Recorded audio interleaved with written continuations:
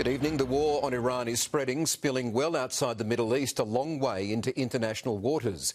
Even as a confident United States claims Iran's regime is toast. America sinking an Iranian Navy ship in the Indian Ocean to our north, and Iran firing on a US base in Turkey, pushing the conflict towards Europe and NATO. And we have more tonight on the brutal impact the war will have on our economy. We begin with Chief Reporter Chris Reason in the Middle East. The view through a submariner's periscope. The moment Iranian warship, the Denna, is destroyed. In international waters, it thought it was safe. It happened not in the Middle East, but off Sri Lanka. Its navy scrambling to help survivors. 32 were rescued, 87 bodies recovered. The first ship sunk by a US sub since the Second World War. It was sunk by a torpedo. Quiet death. While the leaderless nation's capital, Tehran, was pounded.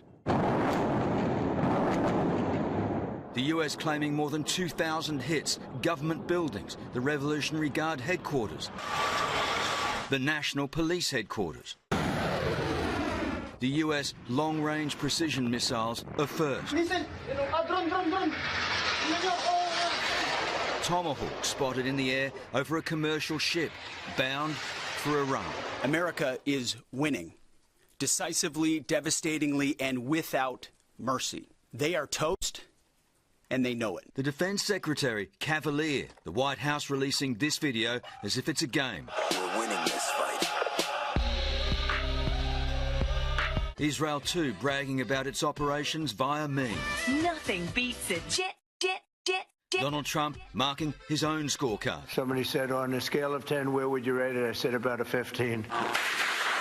But Iran still lashes out and the war continues its spread. The frigate Denna was sunk more than 3,000 kilometres from home, pushing the conflict toward our region. While Iran aimed a missile at US base Incirlik, Turkey, a NATO member. Nuclear weapons are based there. NATO will defend every inch of NATO territory.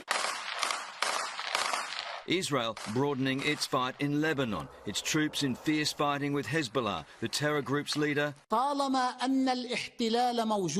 has vowed to keep fighting.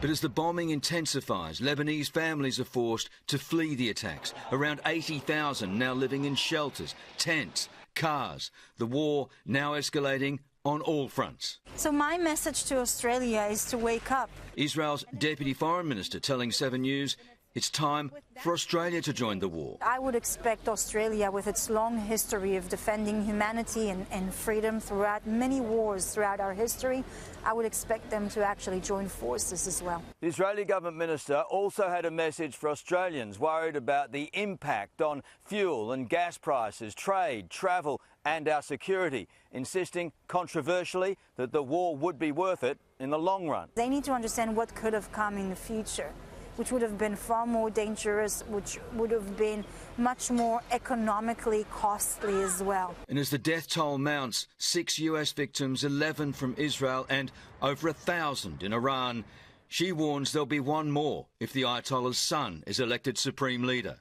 Will Israel assassinate him too? Look, anyone who would threaten the annihilation of the State of Israel will be eliminated. We don't have any other choice. War. Easy to start, always harder to finish. OK, so let's go live to Chief Reporter Chris Reason, who's in Tel Aviv. Chris, Iran has lashed out over the sinking of their warship. Good evening, Michael. That's correct. The Foreign Minister is responding with absolute fury, saying it's an atrocity at sea and that the US will bitterly regret the move. But if US intelligence sources are right, it'll be hard for Iran to hit back with either ballistic missiles or attack drones. Those sources saying that the stocks of both have now depleted significantly, 86% and 73% down respectively since day one of this war. Now, aid agencies also saying a humanitarian crisis is starting to unfold. 25,000 people rushing from Lebanon into the relative safety of Syria. That in itself is a strange thing to say, but the refugee exodus has now begun. All right, Chris, they're live from Tel Aviv. Thank you for that again. Efforts to halt Donald Trump's war with Iran have been defeated in the US Congress. Live to Rob Scott in Washington, D.C. for us. Rob, there was a key vote and that went the president's way.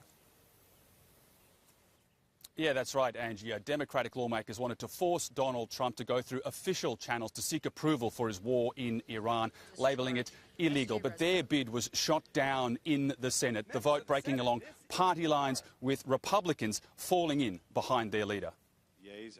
Why is he plunging America headfirst into a war that Americans do not want and which he cannot even explain? We must act to stop Trump's belligerence. Now, given this vote comes 5 days after the war broke out, it does very much feel too little, too late. That, as a fresh New York Times poll reveals that Donald Trump's approval rating has now fallen to its lowest level since he returned to office. Just 41% of Americans think he's doing a good job, and 56% disapprove of him. Those numbers reflecting a growing backlash to what is happening in the Middle East. Rob Scott, thank you. The direct hit on an Iranian warship suggests the US is dramatically expanding the scope of its combat operations in the Middle East. With the breakdown on how the attack unfolded, here's foreign editor Hugh Whitfeld.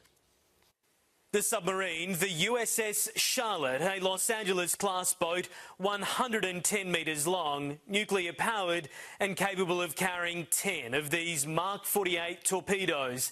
They're fired from tubes out the front and not designed to strike their target, but detonate beneath. And that's what happened in the sea off Sri Lanka.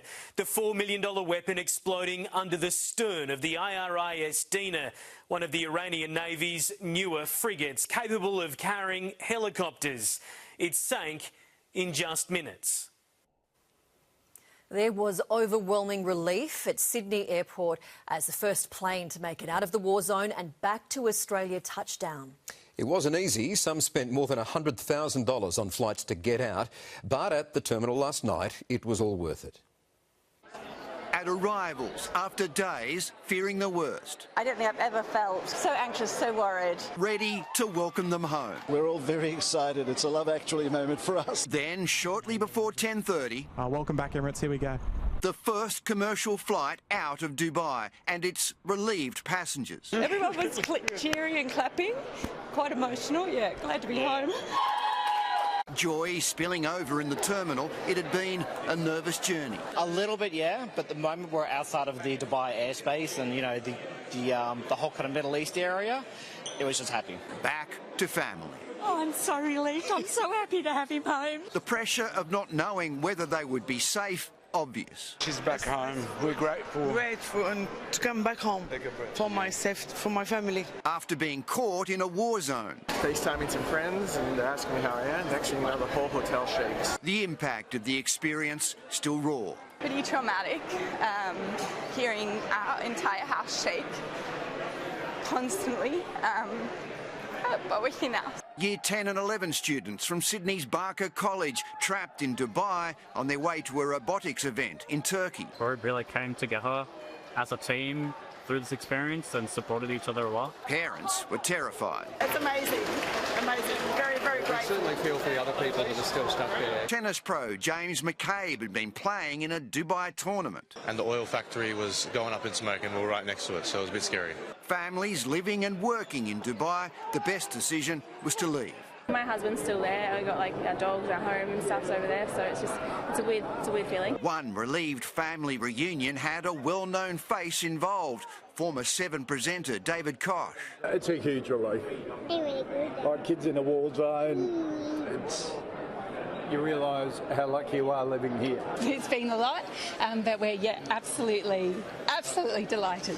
In Dubai, chaotic scenes at the airport show the challenge in getting a seat on flights. Like begging all the Emirates staff to let us on because there was like a wait list. Often only first class left, this American family arriving in Sydney after paying for a string of bookings. $100,000 to get back home. In the US, yeah. We're not done yet. The lucky ones showing their thanks to Emirates staff. Another commercial flight's arriving in Sydney tonight from Dubai. The next touching down in Melbourne tomorrow morning. As Foreign Affairs sends a team of consular specialists to help guide stranded Australians in the Middle East. There can be so much gold anywhere, but being home beats it all. Chris Marr, 7 News.